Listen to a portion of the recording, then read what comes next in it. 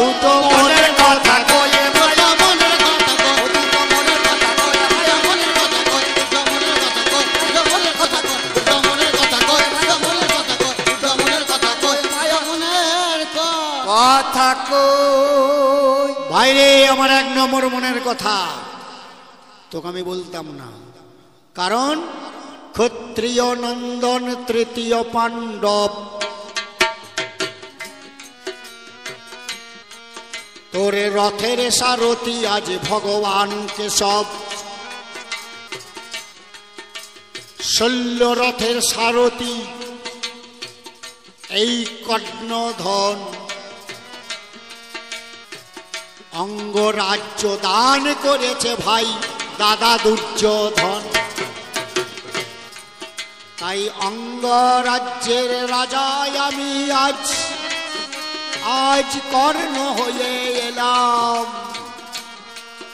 আজ ক্ষত্রিয়ের ন্যায় নীতি যুদ্ধ ক্ষেত্রে গ্রহণ করিলাম।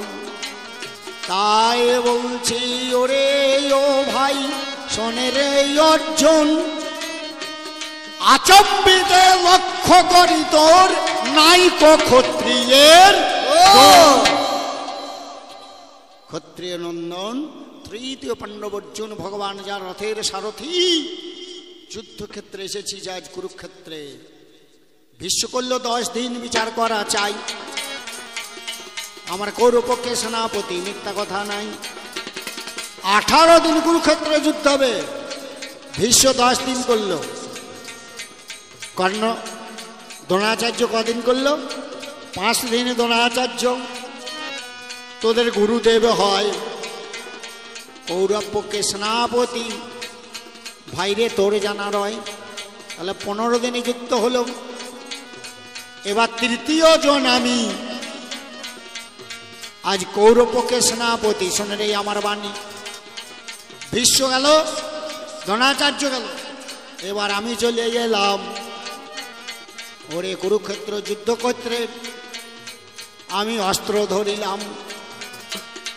আজ পাণ্ডবদের সঙ্গে আমাদের হবে লড়াই, আমাদের মানে কৌরব পক্ষে। যার নুন খাইয়েছি গুণ গাবো তার, মিথ্যা কথা নয়। তাই বলছি ওরে ভাইয়া শোনে রে কথা শোন, আজ যুদ্ধক্ষেত্রে নিয়ম নীতি করলি রে লং। 18 দিন যুদ্ধে 18টা শর্ত ছিল, তার মধ্যে একটা শর্ত কি? মারি ওরি পারি যে কৌশলে, এই নীতি গ্রহণ করা এখানে চলবে না। অর্থাৎ বীরের সঙ্গে বীরের বিরচিত মর্যাদায় সম্মুখ সমরে ক্ষত্রিয়ের যে গুণ, শৌর্যং বীর্যং ধৃতিস্তেজং ত্যাগশ্চাত্য জয় ক্ষমা ব্রাহ্মণত্ব প্রসাদাঞ্চ সত্যঞ্চ ক্ষত্র লক্ষণ। তাহলে ক্ষত্রিয়ের যে গুণ, শৌর্য, বীর্য, বল, ঐশ্বর্য সবকিছুই থাকবে। তা ভাইরে রথ চক্র মোর মেদিনী করিয়াছে গ্রাস। বললাম ওরে অর্জুন ক্ষণে তিষ্ট সময় দাও মোরে, রথের চাকা তুলি, তারপর আবার যুদ্ধ হবে। আমি তীর ধনুক নামিয়ে রেখে রথের চাকা তুলতে যাই, শল্য সারথি আমার একা পাচ্ছে নাই, ও টানাটানি করে তুলতে পারছে না। এবার আমি সদ্য নেমে গেলাম, রথ চক্রে হাত দিলাম। এহেন সময়ে অর্জুন কি লক্ষ্য করিলাম, আমি হ্যাট হয়ে আছি।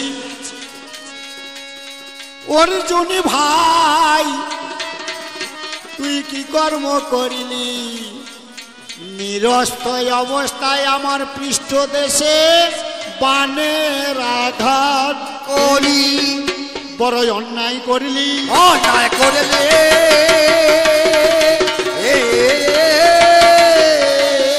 ওরে যুদ্ধ ক্ষেত্রে নিয়ম ভাঙিলি, অন্যায় করলে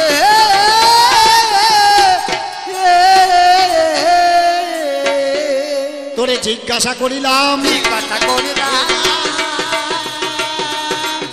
আয় আয় আয়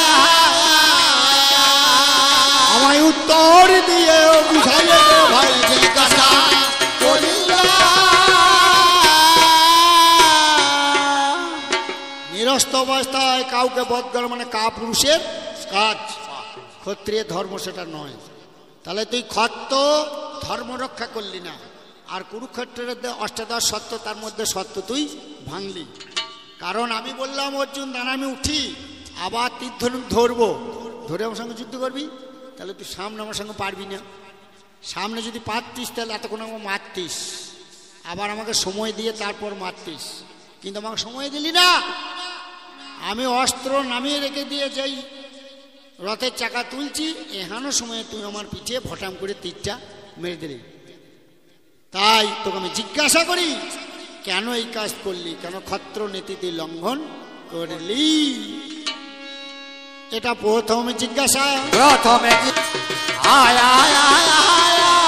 ওরে মিটিয়ে দে আমার মনের আশা,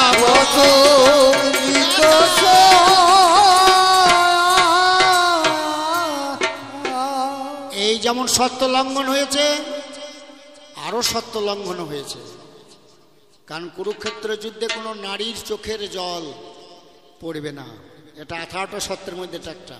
কোনো নারীর চোখের জল যদি কুরুক্ষেত্র রণক্ষেত্রে পড়ে, কোনো মেয়ে যদি কাঁদে, তাহলে যুদ্ধ তখনই বন্ধ করতে হবে, আর যুদ্ধ হবে না।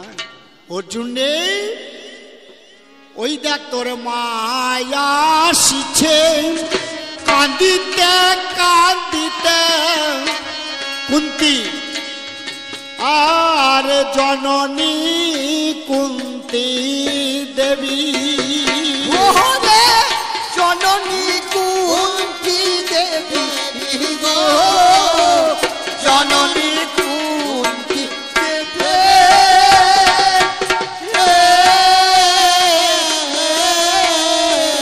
অজর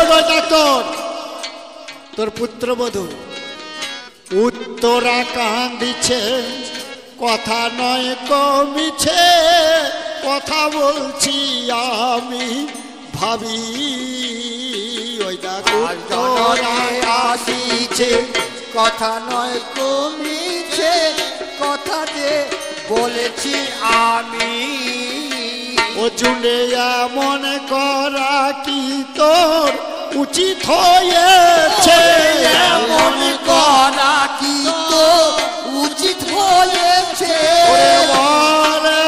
ভাই আমার কাছে এমন করা কি তোর উচিত হয়েছে?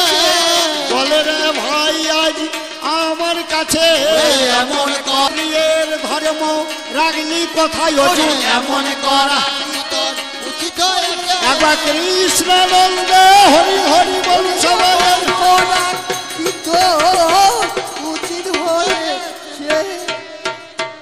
সাধু ঋষি যারা ভক্ত, সাধু ঋষি, সাধু পুরুষ যারা, তারা শুধু সুখের সময় হরি বলে আর দুঃখের সময় বলে না। না, যারা সাধু ঋষি ভক্ত, তারা সুখেও হরিবল বলবে, দুঃখেও হরিবল বলবে। তার কাছে দিবারাত্র সুখ দুঃখ সবাই সমান। সে বলে ভগবান অন্তর্যামী গোবিন্দ যা করে সবই মঙ্গল। সেই জন্য আজকে আমার দুঃখের দিন, তাহলে আমি কৃষ্ণানন্দ হরি বলতে বললাম। কেন বলতে বললাম? কারণ ভগবান তোর রথে রয়েছে, তোর কাছে রয়েছে,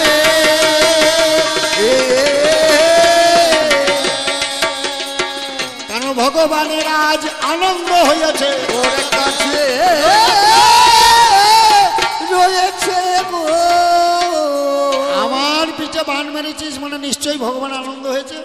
তাই বললাম ঠাকুর তোমার যদি আনন্দ হয় তাহলে আমার তো তাতে মঙ্গল। তোমাকে যদি আনন্দদান দিতে পারি, আনন্দদান করাতে পারি, তবেই তো আমি ভক্ত, তাতে আমার মঙ্গল। অর্জুন এবার 2 নম্বর জিজ্ঞাসা তোরে করে যাই। ওরে আমার অর্জুন আদরের ভাই, অবাং মানস গোচরম ভগবান সেই বৈকুণ্ঠ বিহারী, অনাদির আদি গোবিন্দ বাঁকা বংশীধারী,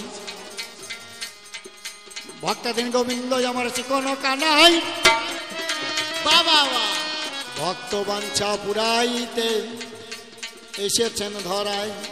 তিনি কি বলছেন?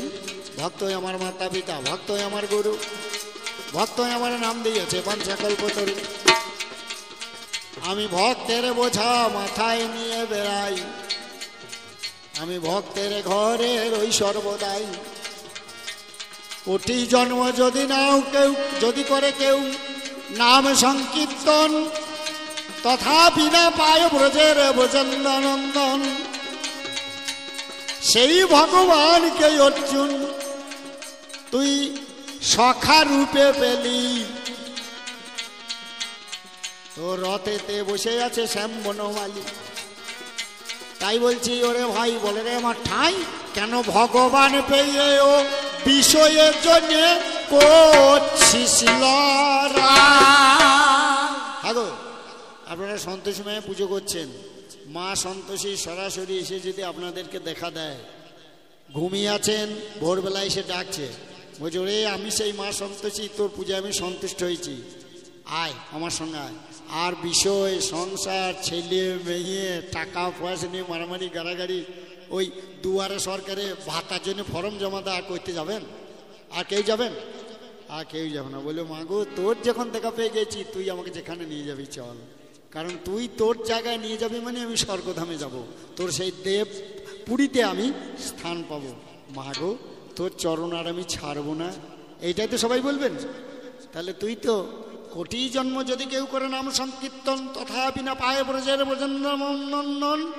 বলছে অদ্যাবধি সেই রূপ ধরে গোরা রায়, কোন ভাগ্যবান দেখিবারে অর্জুন সেই ভগবানকে পেয়ে হস্তিনার সিংহাসন নিয়ে আবার এই রক্তক্ষয়ী সংগ্রাম, কাটাকাটি, হানাহানি, মারামারি হইল। কত রক্ত কুরুক্ষেত্রে রণক্ষেত্রে জ্বলল, কত নারীর সিটির সিঁদুর গেল, হাতের শাখা ভেঙে গেল, বাল্যকালে কত মেয়ে বিধবা হইল। এই রক্তক্ষয়ী সংগ্রাম অর্জুন ভাই রে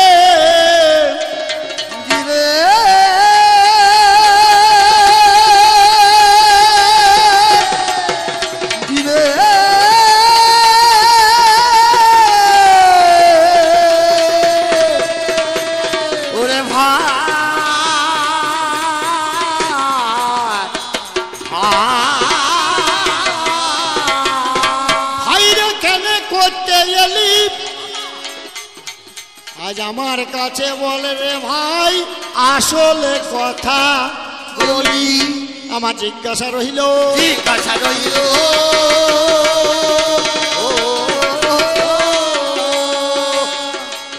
আমার এক নম্বর জিজ্ঞাসা, যুদ্ধক্ষেত্রে ক্ষত্রিয়ের ধর্ম নিয়ম লঙ্ঘন করলি কেন?